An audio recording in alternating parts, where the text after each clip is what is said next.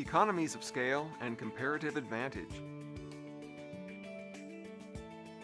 Let's suppose a fellow named Frederick lives on a few acres and that he likes to grow oranges and grapes in his garden. And suppose the north end of Frederick's garden stays a bit cooler and the south end gets more heat. So where's he going to plant his oranges? Well, oranges like the heat, so he'll plant them in the southern end of his garden. Grapes grow better without so much heat, so he'll plant them in the northern end. That's the best he can do, but his whole garden is still in a northern place, so his garden will never produce oranges as well as it produces grapes. Now suppose that Frederick takes a journey down south to visit his old friend Jorge. And his friend Jorge lives on a few acres in the south, and he too likes to grow oranges and grapes.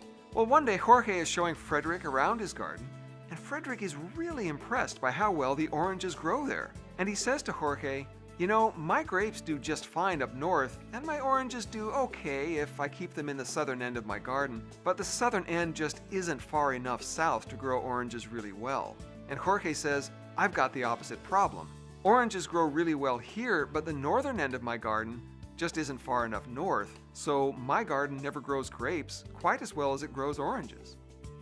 Now, if they could just pick up land and move it, they could each split their gardens in half so that both of them would get the benefit of northern sunlight on their grapes and southern sunlight on their oranges.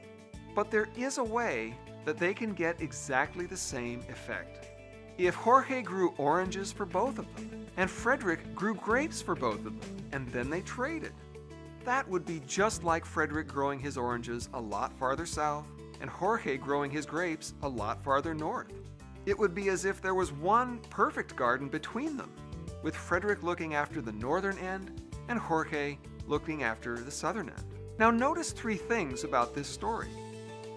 First, trade gives people the chance to specialize where their efforts have the lowest opportunity costs.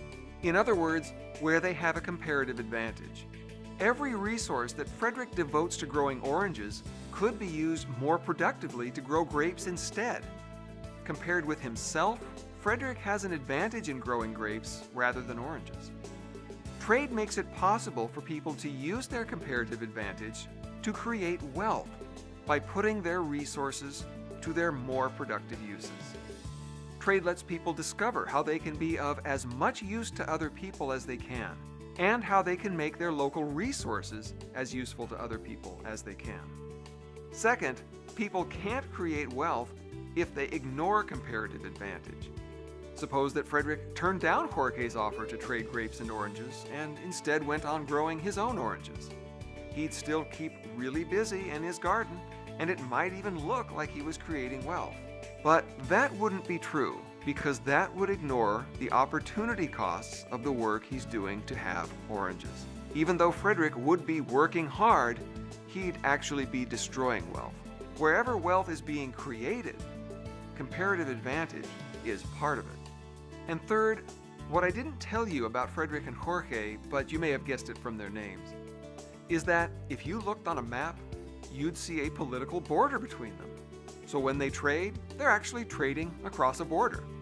Without trading across borders, people's efforts would be duplicated all across the planet, and as a species, humans would waste massive inputs to get pretty meager outputs. But by trading, we can leverage our different strengths to produce much more with much less.